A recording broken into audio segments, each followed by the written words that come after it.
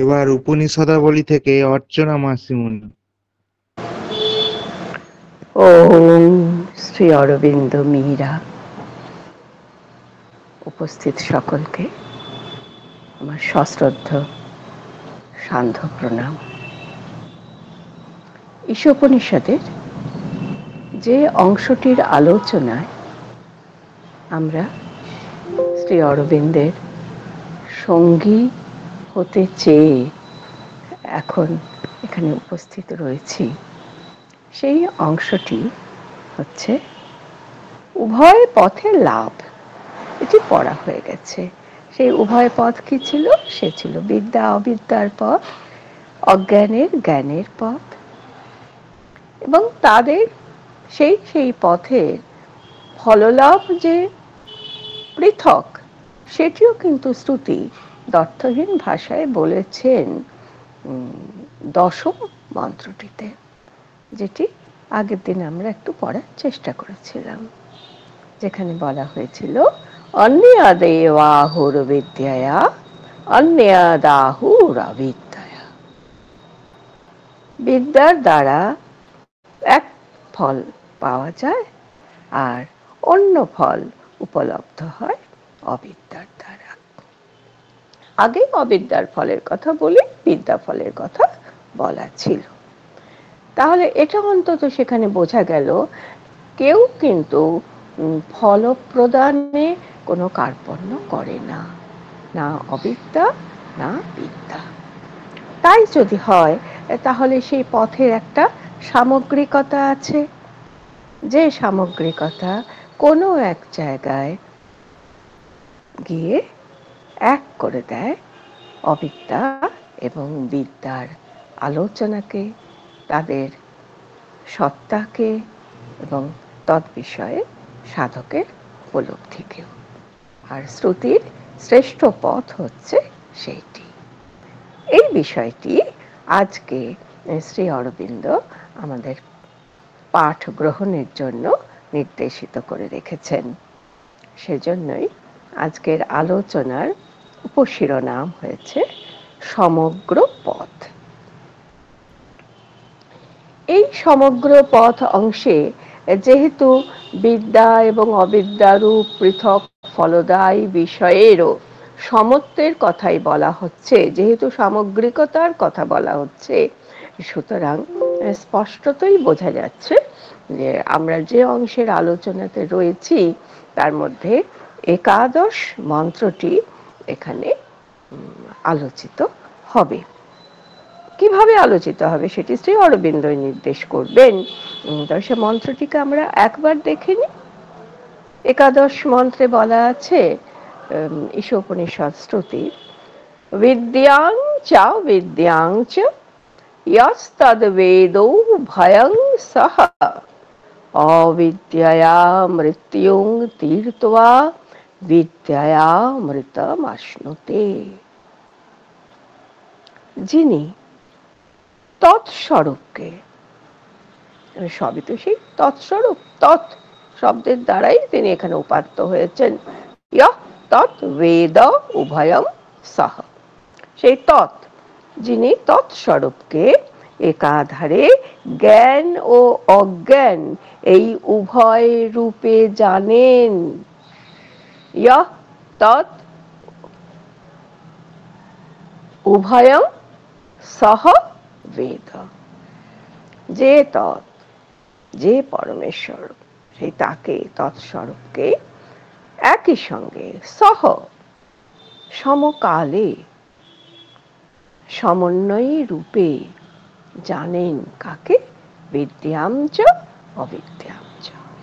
তিনি বিদ্যাকেও জানেন, তিনি অবিদ্যাকেও জানেন।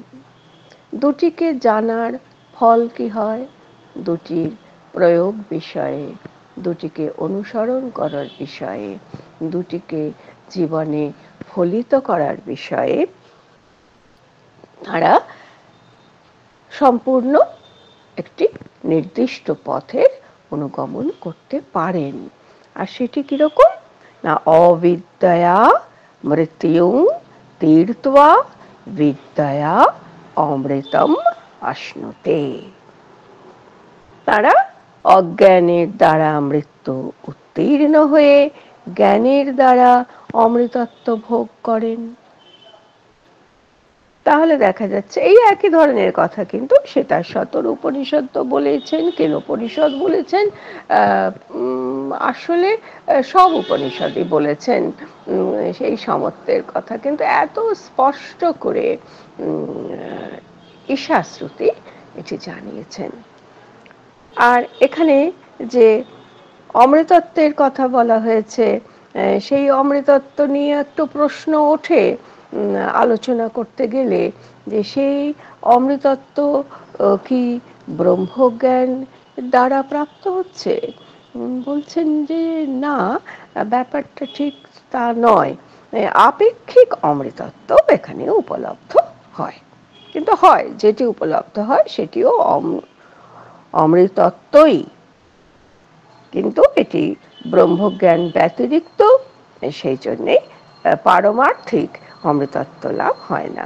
তো যা হোক, সেই আলোচনার পৃথক স্থল রয়েছে, সেই আলোচনায় আমাদের প্রভু হাত ধরে নিয়েই যাবেন। এখানে আপাতত আমরা যেটুকুন পাচ্ছি সেটা হচ্ছে তাদের দুজনকেই, অবিদ্যা ও বিদ্যাকে যারা একসঙ্গে জানেন তারা দুটিরই সহায়তায় শেষ পর্যন্ত মর্ত দশা থেকে অমর্ত্য দশা প্রাপ্ত হন। কিভাবে শ্রী অরবিন্দ এই বিষয়টি আমাদের কাছে উপন্যস্ত করছে? বলছেন, বিদ্যা ও অবিদ্যা উভয়েই ব্রহ্মের অভিব্যক্তির অন্তর্ভুক্ত। এটাই মূল কথা, ছোট্ট কথা, যে ব্রহ্মের অভিব্যক্তির অন্তর্ভুক্ত। ব্রহ্মের অন্তর্ভুক্ত তো সবই, শুধু ব্রহ্মের অন্তর্ভুক্ত তাই নয়, তিনি যেভাবে নিজেকে অভিব্যক্ত করেছেন যে যে বিগ্রহের মাধ্যমে, তার মধ্যে সমানুপাতিক হারেই কিন্তু বিদ্যাও রয়েছে আর অবিদ্যাও রয়েছে। তাহলে কি হচ্ছে না, ব্রহ্মের অভিব্যক্তিতে উভয়েরই স্থান আছে, এদের মধ্যে কোনোটি কিন্তু অপাঙ্ক্তেয় নয়।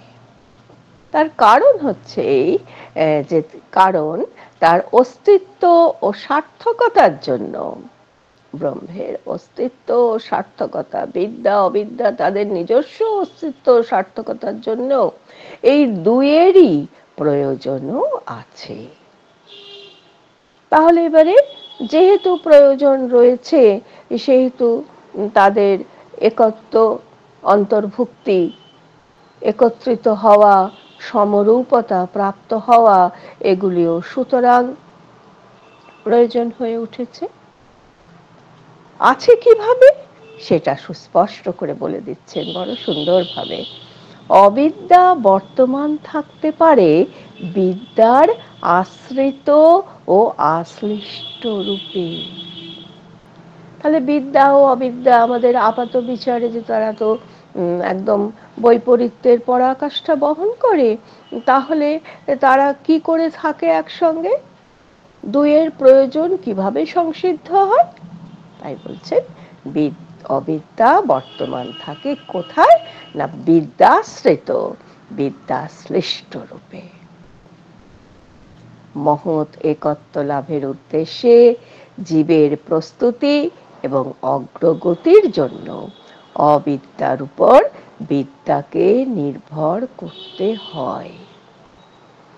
বিদ্যাকে যদি আমরা কোনো সামগ্রিক সমগ্রতা বলে, একটি সিদ্ধ রূপ বলে ভাবি, তাহলে তার উপকরণগুলি কিন্তু ছড়ানো রয়েছে অবিদ্যার মধ্যে। আমরা যদি খুব সাধারণভাবে একটি প্রাকৃত দৃষ্টান্ত সামনে রাখি, যদিও সেটি অপ্রাকৃত হয়ে উঠেছে যখন সেটি মায়ের প্রতীক হয়ে উঠেছে, যে ফুল, পুষ্প এবং তার দলের মধ্যে যে সম্পর্ক, পুষ্প তো একটি সম্পূর্ণ বিষয়, কিন্তু সেই পুষ্পের কার সমাহার? অনন্ত অসংখ্য দলের সমাহার, পাপড়ির সমাহার, অনন্ত অসংখ্য যেখানে নয় সেখানে দুটি, তিনটি, চারটি, পাঁচটি থেকে শতদল, সহস্র দল পর্যন্ত রয়েছে আমাদের সামনে। কাজেই একজনকে ফুল হয়ে ফুটে উঠতে হলে, যে ফুল হয়ে যে ফুটে উঠবে, তার বৃতির চারপাশে কিন্তু নিজেদের সংশ্লিষ্ট করে রাখবে তার পাপড়িগুলি। সব পাপড়ি যখন এক হবে তখন আর তো তারা আলাদা নেই। তখন সেই উৎপল শতপত্র তখন শুধু উৎপল রূপেই আত্মপ্রকাশ করবে। ঠিক সেই রকম ভাবেই বলছেন যে মহৎ একত্ব লাভের উদ্দেশ্যে জীবের প্রস্তুতি এবং অগ্রগতির জন্য অবিদ্যার উপর বিদ্যাকে নির্ভর করতে হয়। নির্ভর না করলে কি অসুবিধে হয়? অসুবিধে এটাই হয় যে তাদের অস্তিত্বই প্রায় বিপন্ন হয়ে যায়। অবিদ্যা যদি সরে যায় তাহলে বিদ্যাকে স্বরূপে প্রকাশ করা খুব সমস্যার বিষয় হয়ে দাঁড়ায়। পারা যায় না, এটাই শেষ পর্যন্ত উপনিষদের বাণী। বলছেন যে এর কোনো একটিকে ছেড়ে অন্যটি থাকতে পারত না। থাকতে পারত না, এটি সিদ্ধ হলো কি করে? বলছেন কারণ কোনো একটির লোপ হলে অন্যটিও অবশিত হয়ে এমন কিছুতে পরিবর্তিত হয় যা উভয়ের কোনোটি নয়, যা অচিন্ত্যেয় এবং সব অভিব্যক্তির ওপারে, যা অনির্বচনীয়। তাহলে এই উভয়, আবার যদি আমরা সেই ফুল আর পাপড়ির কাছে ফিরে যাই, যেখানে পাপড়ি নেই সেখানে ফুল আর কাকে নিয়ে আছে? আর যেখানে ফুল নেই সেখানে তো পাপড়ি থাকার কোনো প্রশ্ন ওঠে না। ঠিক এই রকম ভাবে সে তখন আর আলাদা করে বিদ্যা, আলাদা করে অবিদ্যা, আলাদা করে পুষ্প, আলাদা করে তার যে দলসত্ত্ব, সেই দলসত্তাকে সে তখন পরিত্যাগ করে এবং সকল অভিব্যক্তির ওপারে অনির্বচনীয় রূপ ধারণ করে। কাজেই একটিকে ছেড়ে অন্যটি থাকতে পারছে না, একটির লোপে অপরটির অবসান হয়ে থাকে। এরকম করে সহজভাবে সাধকের কাছে এই যে নিগূঢ় ব্রহ্মতত্ত্ব, নিগূঢ় একত্ব, ব্রহ্মস্বরূপ, তাকে প্রকাশ করছেন শ্রী অরবিন্দ। তারপরে বলছেন নিকৃষ্টতম অজ্ঞানেও সে জ্ঞানের কোনো না কোনো বিন্দু বর্তমান আছে, আর তাতেই অজ্ঞানের সে আকার নিরূপিত হয়। এটুকু একটু দেখে নেওয়া যাক। বলছে নিকৃষ্টতম অজ্ঞানেও, মানে অজ্ঞানেরও যদি স্তরভেদ করি, তার মধ্যেও যেটি অতি নিম্ন, যেটি অবরোধ স্তর, সেইখানেও সে জ্ঞানের কোনো না কোনো বিন্দু বর্তমান আছে। অজ্ঞানের মধ্যেও জ্ঞান আছে। কেন অজ্ঞান কথা তো বলছি আমরা সেই জ্ঞান রাহিত্যের কারণেই, যার থেকে সে জ্ঞানে উত্তীর্ণ হবে। তাই বলছেন কোনো না কোনো বিন্দু বর্তমান আছে, আর তাতেই অজ্ঞানের সে আকার নিরূপিত হয়। অজ্ঞান যে আকারে প্রকাশিত হচ্ছে সেটিও কিন্তু জ্ঞানেরই দান, যেহেতু সেটি জ্ঞান সংশ্লিষ্ট হয়েই থাকে। আরো বলছেন একত্বের কিছু না কিছু আশ্রয় আছে, আর তাতেই চরম বিভাজন, সীমাবন্ধন ও অন্ধকারের অবস্থাতেও শূন্যে বিলীন হয়ে তার অস্তিত্ব লোপ হওয়া নিবারিত হয়। আর এই যে পারস্পরিকতা, এই যে জ্ঞান ও বিন্দুকে আশ্রয় করে থাকার নিকৃষ্টতম অজ্ঞানেরও, তার ফলে কিছু কি হয় না, সেই আশ্রয়ের ফলে কতগুলো বিষয়ের নিবারিত হয়। কি নিবারিত হয়? বলছেন চরম বিভাজন। অজ্ঞান আরো দূরে সরে যায় না, নিজেকে আরো অপাঙ্ক্তেয় করে দেয় না, তার সীমাবন্ধন ও অন্ধকারের অবস্থাতেও শূন্যে বিলীন হয়ে অস্তিত্ব লোপ হওয়া সম্ভবপর হয় না। তাহলে অজ্ঞানের আকার নিরূপণ, তার তার বিভাজনের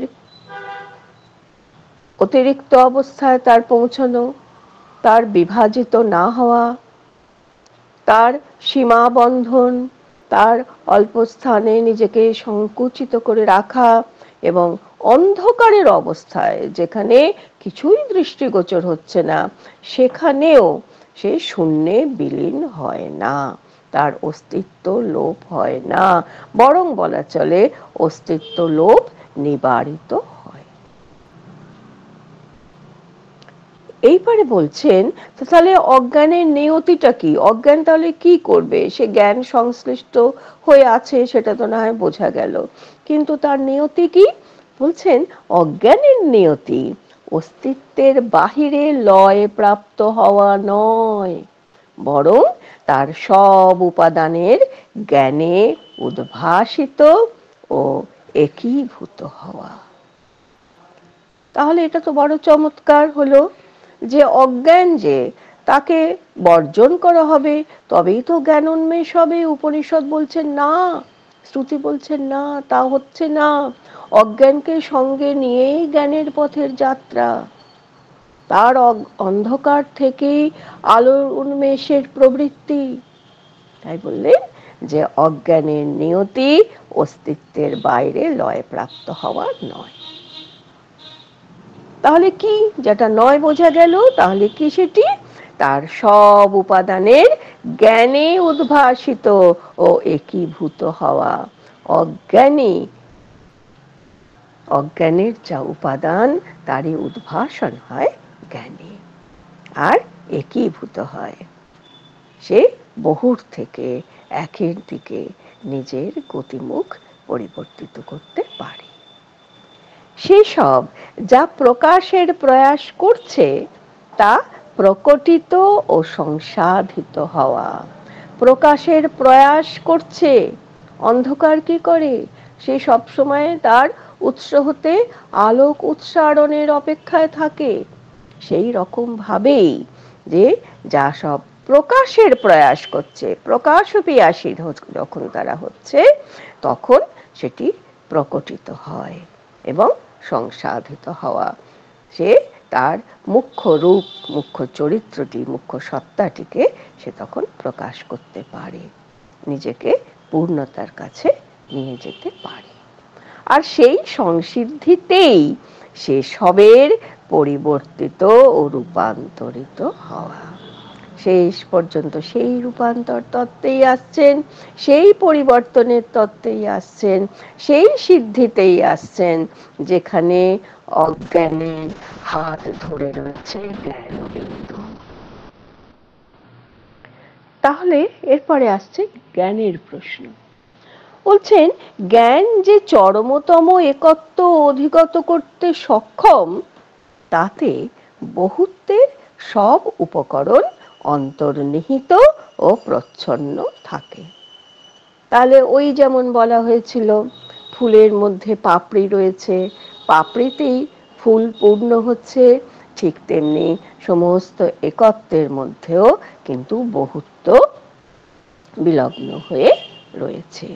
জ্ঞান যে চরমতম একত্বকে অধিগত হতে সক্ষম হচ্ছে জ্ঞান, তাতেও কি রয়েছে? বহুত্বের সব উপকরণ অন্তর্নিহিত আছে, প্রচ্ছন্ন আছে।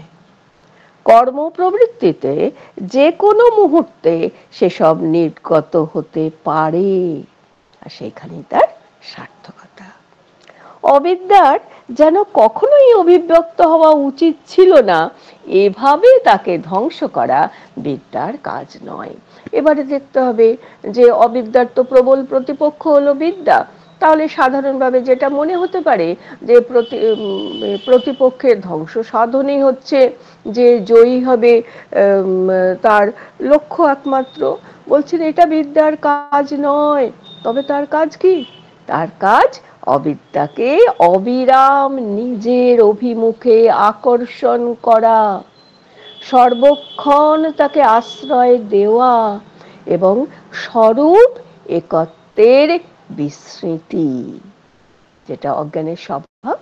অজ্ঞানের যা স্বভাব, তার অজ্ঞান নামই হয়েছে যে জন্যে যে স্বরূপ একত্বের বিস্মৃতি ঘটে তার, তাই সে জ্ঞানে পৌঁছতে না পেরে অজ্ঞান অবস্থাতে থাকে। যে জন্যে তার এই নামটি হয়েছে তার থেকে অব্যাহতি লাভ করতে তাকে সাহায্য করা। তাহলে এইভাবে সেই উত্তম নিশ্চিন্তে চলে অধমের সাথে, সে যেমন ঘটে থাকে তেমনি ভাবে বিদ্যা কিন্তু হাত ধরে অবিদ্যাকে এগিয়ে নিয়ে যায় কোন দিকে, তার নিজের দিকে আকর্ষণ করে। এই যে কথাটি বলা, অজ্ঞানের মাধ্যমে গিয়ে তাকে উত্তীর্ণ হয়ে তবে জ্ঞান রাজ্যে প্রবেশাধিকার হয়। আবার সেই ভূমি সোপান এবং দ্বিতলের কথা, আবার সেই অনেকগুলি দল একসঙ্গে হয়ে পূর্ণ পুষ্পের প্রস্ফুটনের কথা, আবার সেই বহুত্বের মধ্যে একত্বের অনুভবের কথা, যা শেষ পর্যন্ত অজ্ঞানের জ্ঞানে পর্যবসানে গিয়ে দাঁড়াচ্ছে। সে কিভাবে হচ্ছে সেটি শ্রুতি নির্দিষ্ট করে দিয়েছে। ক্রমশ বেশি করে বিদ্যাভিমুখী হবার ফলে অবিদ্যার উদ্দেশ্য যখন সিদ্ধ হয়, তখন ব্যক্তি ও বিশ্বের পক্ষে স্বস্বরূপে ঈশ্বর যা তা হওয়া সম্ভবপর হয়।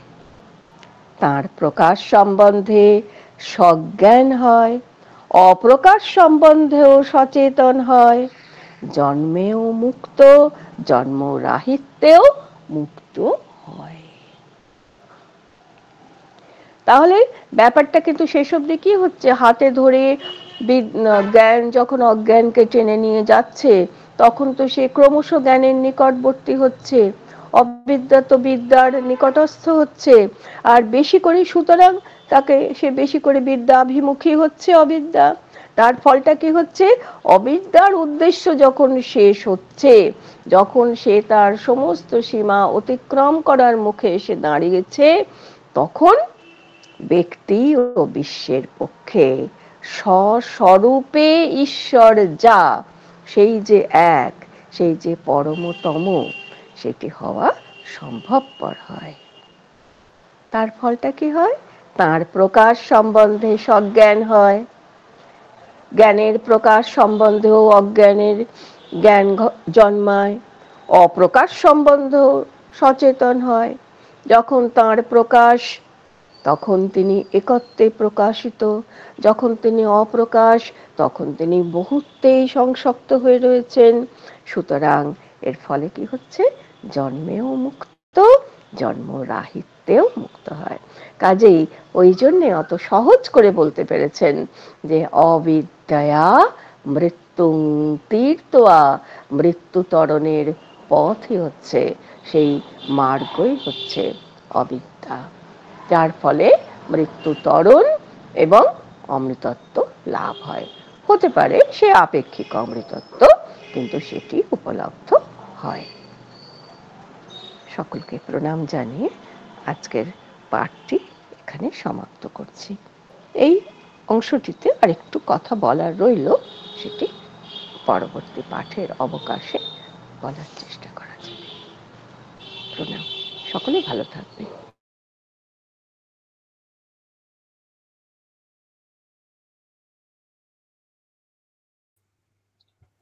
মা ও প্রভুকে প্রণাম জানাই, ধন্যবাদ জানাই যারা এই পাঠচক্রে অংশগ্রহণ করলেন, প্রত্যেককে অসংখ্য ধন্যবাদ এবং শুভরাত্রি জানিয়ে, মা ও প্রভুকে প্রণাম জানিয়ে আজকে আমাদের পাঠচক্রে এখানেই বিরতি টানছি। জয় মা, জয় শ্রী অরবিন্দ।